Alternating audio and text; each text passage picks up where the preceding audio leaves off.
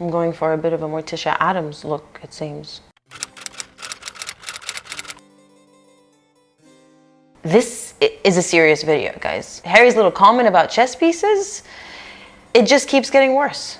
Ever since the headline leaked, ever since the book leaked from the Spanish mistake, most of the talk has been around the 25, right? The count, the actual number of people that Harry allegedly killed in combat. In fact, Harry himself would have you believe that that is the central issue that the British press twisted, and therefore all the fallout is entirely on them. Well, if you actually look at what the Taliban themselves are focusing on, and it's not just the Taliban, the Iranian regime has also referenced Harry's book, by the way, but we'll get to that later. What they really seem to take issue with is the reference to chess pieces, the complete dehumanization of their soldiers, of their forces, and even of their people, their civilians, it seems. According to the Taliban, they have referenced their records on the days in which they deducted or they know that Prince Harry was manning an Apache helicopter and conducted an airstrike against the allegedly 25 members of the Taliban, so 25 soldiers. The Taliban claim that there is no record of any mujahideen or soldiers being killed in action, so no casualties on that front. However, they do claim that civilians were targeted and attacked during that specific time, and therefore the implication they're making is very clear. Harry, according to them, attacked civilians, and hence their accusation that he committed a war crime.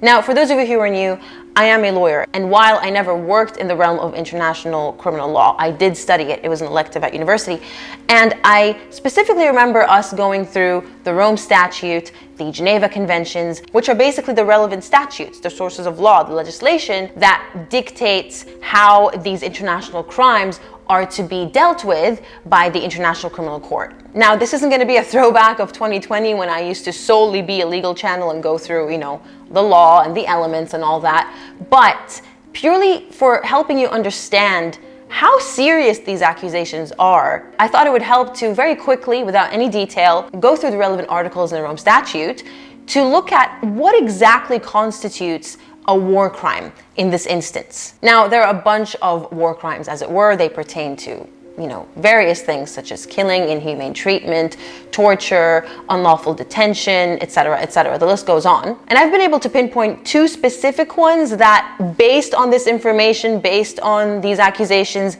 I can safely say would apply to this case. Bear in mind that there may be more because I don't have details. For example, I don't know if civilian property was destroyed. Based on what we know, I've whittled it down to the war crime of willful killing and attacking civilians. So in general, in the law, in order to charge and convict someone with a crime, each crime or offense, even civil, offenses, have elements that have to be proven to a certain standard of proof, to a certain degree. So civil cases have, for example, us in Australia, on the balance of probabilities, and criminal cases beyond a reasonable doubt, which is a much higher standard. Now, these are very serious crimes, very serious allegations, and a very high standard of proof therefore applies to them, because you naturally want to minimize the chances of a miscarriage of justice. You don't want to convict someone who is possibly innocent. I also want to make it very clear that I'm not saying that Harry committed these war crimes.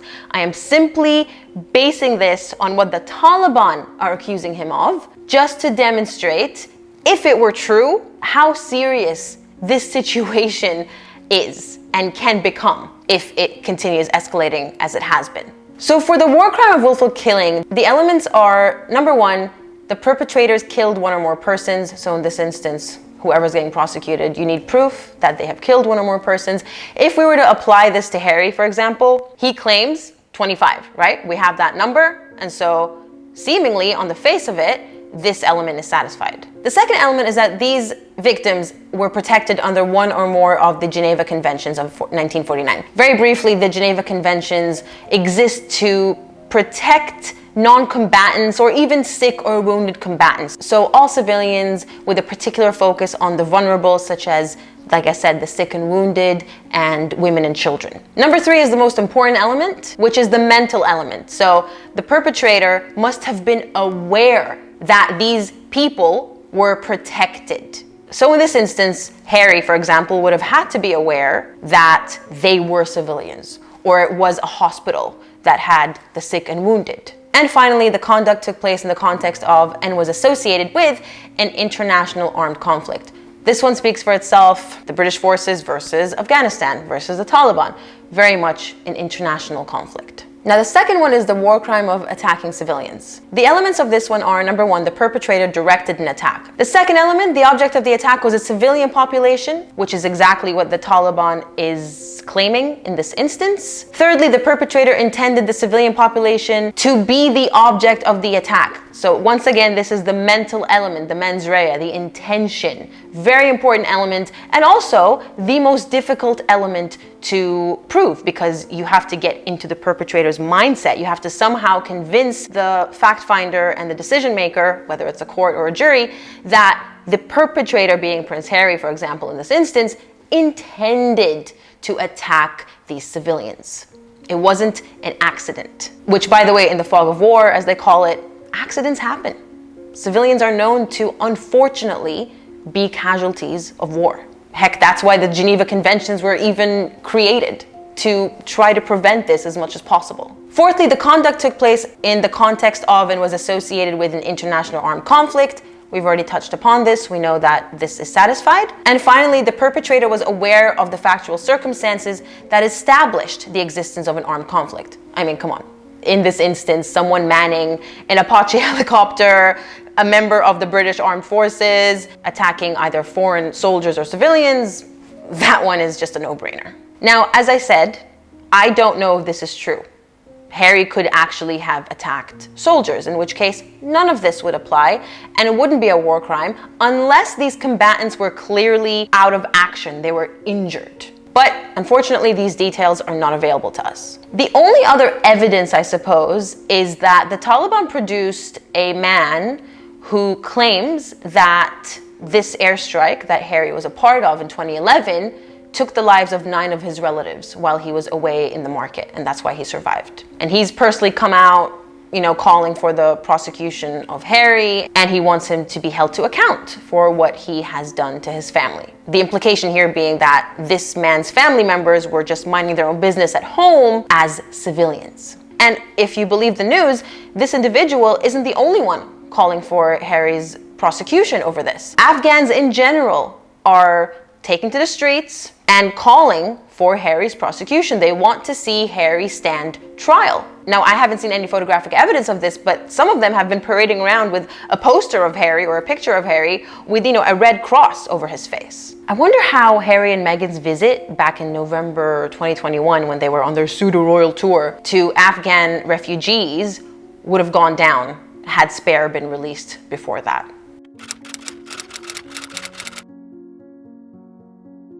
In the midst of the research I was conducting for this video, it turns out that Prince Harry and the Taliban go way back. As in, Harry has a history of pissing off the Taliban with immature and inappropriate comments and comparisons. Back in 2013, the Taliban accused him of comparing being at war to playing video games, which led them to conclude that he's probably developed some kind of a mental problem. I'm not even kidding. They actually said that all the way back in 2013. I mean, not to make light, but isn't that pretty much what we're all saying today about Prince Harry? I mean, we've been saying it for a while, but it's really become very clear since the release of his book that he's really seemingly unwell. Because I don't want to say that it's a matter of fact, because I don't know that for a fact, but based on his behavior and based on his, confessions in this memoir, the guy needs help. But it's a case of history repeating itself, except in this case, it's only a 10-year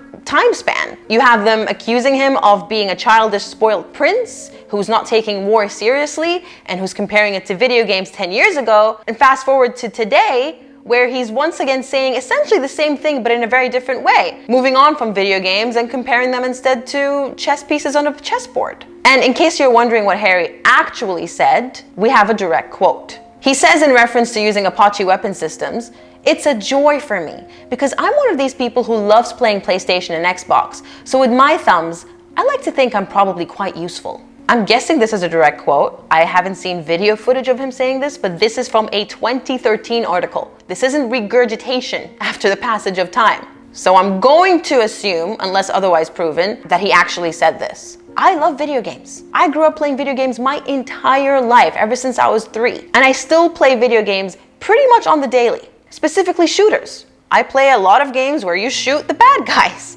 I also happen to be an army gal.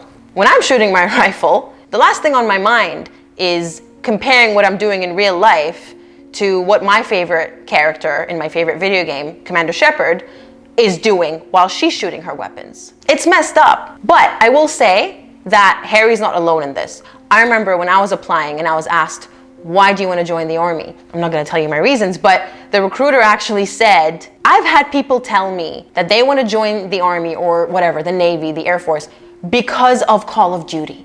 You know, this very famous military-based video game, or because of Battlefield. So it's not like Harry's the only one who makes these comparisons, but it doesn't make it any less ridiculous. I mean, the recruiter told me this as a joke he was sharing with me. And you want to know what the craziest part is? I mean, clearly Harry cannot learn. He just has an inability to learn, which he essentially confesses in his book. He says, "I'm not the brainiest. I have issues learning. I have issues committing things to memory," which he connects to the death of his mother. So I wonder whether this extends outside of the classroom, to his everyday life, to his everyday learning abilities.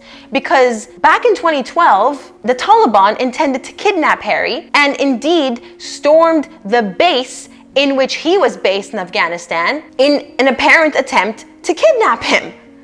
This really happened, and 2 Marines lost their lives in that attack. So he's already been through that harrowing experience, which involved the loss of lives, and he still, 10 years later, wrote about the 25 Taliban and how he saw them as chess pieces. I mean, he's lucky he wasn't abducted or worse at the time. He's lucky that he was still under the protection of not just, the military in general, but the royal family. It was his position as prince that made them want to kidnap him, of course, but it was that position as well that afforded him with all the extra security, with the ability to extract him from these situations, all the resources that they invested into this man, whose existence and presence seemingly endangered the lives of his comrades and, US Marines who weren't even part of the British Army. So he made a lucky escape back then, but can he do the same now?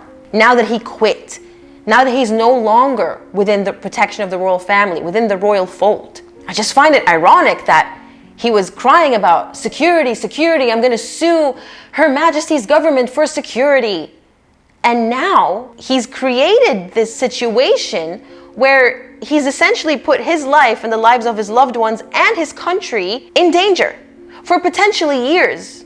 Because sometimes these attacks happen 20 years down the line. If Harry does have issues, mental issues, and is hence disconnected from reality, how did his wife and his team even allow this, knowing that the Taliban only 10 years ago attempted to kidnap him, or worse? Does Meghan have no value for her life and the life of her husband? And okay, let's say maybe she doesn't love him. The lives of her children? She clearly has a say in almost every area of Harry's life. So what? She suddenly decided to draw a line with her involvement in the book? I thought that she was more intelligent than that, but clearly I was off the mark. Or are all human brain functions impaired as soon as $signs replace your pupils?